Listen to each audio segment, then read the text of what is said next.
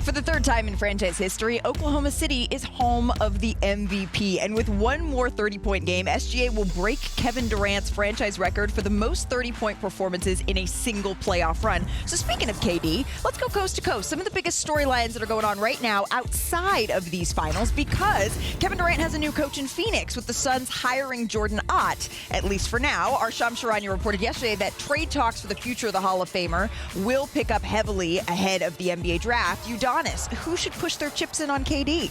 I would love to say one specific team, but I can't say that team. So I will say this. It needs to be a team that you're one player away from winning the championship. You have pieces, but you do not want a guy who is great as KD to be KD, but you don't want him to come in and stunt the growth of your younger guys. So there's a lot of different things you have to look at in that situation. That one team, would it be one that wears Miami, red like a red suit that I'm wearing right now? To another developing story, changes are coming to All-Star Weekend, with Commissioner Adam Silver announcing the 2026 All-Star Game. It'll feature USA versus the world format. Brian Windhorst is here. Windy, is the NBA making the right decision here? There's a lot of reaction in the league from this one. My phone was alight when I talked about this on First Take today. They are probably trying to shame the American players into trying to really have something to play for here, because money hasn't worked. Appealing to their sense of history hasn't worked. Now going to try to appeal to their sense of nationalism. Can I just say, are we sure that all of the world players are going to want to play for the world? They play for their countries. What about the world? I don't know about that. Well, only time will tell. Let's round it out in New York, because the Knicks, they are the only team without a head coach after firing Tom Thibodeau on Tuesday. That's despite being 2 wins away from being here in Oklahoma City instead of the Indiana Pacers. Our Shams Charania is here, who broke this news. Shams, where do the Knicks go from here? I'm told Knicks president Leon Rose and owner James Dolan have started meeting about the next steps with this coaching search, which potential candidates could be possible for this role, because you think about in the aftermath of Tom Thibodeau being fired, the one thing that the Knicks made clear is we want a coach with championship focus. That's their singular goal. So you think about a coach with title pedigree, someone that's adaptable, someone that's flexible with their offensive and defensive scheme. So we'll see who out there fits that criteria.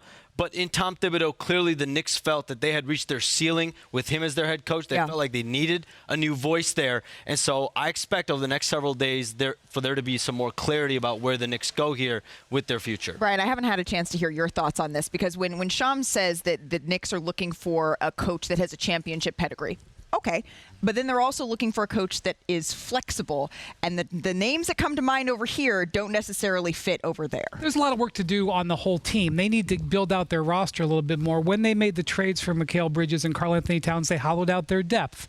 So they do also need to address the roster a little bit this offseason as well. Ideally, you want to have a coach who you can align with, because one of the things that the Knicks did so well was aligning the players that they acquired to the way Tom Thibodeau wanted to play. And that they had a lot of success with that. So having that alignment reestablished between the front office and head coach is going to be important. And that's what these next couple of weeks are going to be focused on. I think it's a good job, and it's a dangerous job, because the bar to clear for what will be successful next year is pretty narrow. And that's why it caught so many people by surprise, I think, when they dismissed Tibbs. Is it just a change of a head coach? That's what the New York Knicks need to do to get over the hump here, UD? Yeah, I think so. And let me just tell you this. This is the reason why when I retired, I said hell no to coaching. I want to know parts of it, because I understood now this is about the players. And there was a time where when I came in the league, a coach would say, I need this guy, that guy, this guy. Now it's in the reverse. The players go and say, we need this coach, that coach, this coach. It's a completely different ballgame. So I agree with some of the things you were saying. They do need to be a little bit more creative offensively. One guy dominating the ball. The game is, the ball is finding energy now. You got a lot of backdoor cuts, pace and space, different things like that. But defensively, there ain't no scheme for a guy just getting attacked.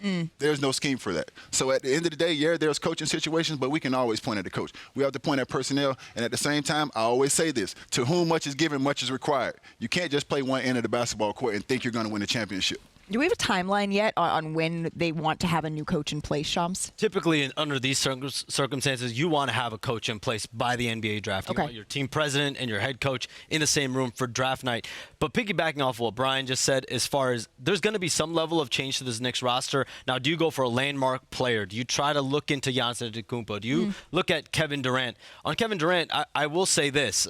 The Knicks, there was some mutual interest between Kevin Durant and the Knicks at the trade deadline. The Knicks made an offer offer for Kevin Durant at the NBA trade deadline. Obviously, there was no Kevin Durant trade. We'll see what happens in the next couple of weeks. So do they go star hunting? But at the bare minimum, they're going to have to add some more depth. That's going to be a requirement of this team this offseason. What's the ability that they have to go star hunting? Well, Jalen Brunson taking that contract discount is going to be paying off for years into the future. And so while the Cleveland Cavaliers are dealing with the second apron, while the Boston Celtics are dealing with the unfortunate Jason Tatum injury and the second apron, even the Indiana Pacers, they have not paid the luxury tax in 20 years to keep this team together. They will have to clear management to pay the luxury tax. The Knicks have flexibility under the second apron because Brunson was willing to take less than the max he could have made. That will enable them to have more flexibility both in adding players, small contracts via free agency, but also in trades. The biggest thing about being a second apron team and a first apron team is how you can assemble trades. The Knicks are in better position to make a big trade than their Eastern Conference rivals. I'm just, when you say Giannis or you say Kevin Durant, how realistic are those possibilities, Shams? You have to go and see where the possibilities lie with a guy like Giannis Antetokounmpo. But again, we don't know where his future's at. He's open-minded. He wants to see, but a lot of that will be dictated by him. Kevin Durant is more wide open just in terms of, because we know both sides in Phoenix and with Kevin Durant, they're going to work together on finding a home. So theoretically, yes, that is a very attainable path for the Knicks. They can trade for both, but the bidding war will be tough. Both, as in either or. Yes, either or. It can happen. Hell out of me with that one, Wendy. Yeah, we can get either or. They could be in the market for either or. And for the last couple of years, we have heard the New York Knicks sort of be that team that comes up every single time. They're saving some of that capital. They're holding on to some assets so that they would be able to make a deal potentially for that big star. They did in Karl Anthony Towns. Could they be doing another run?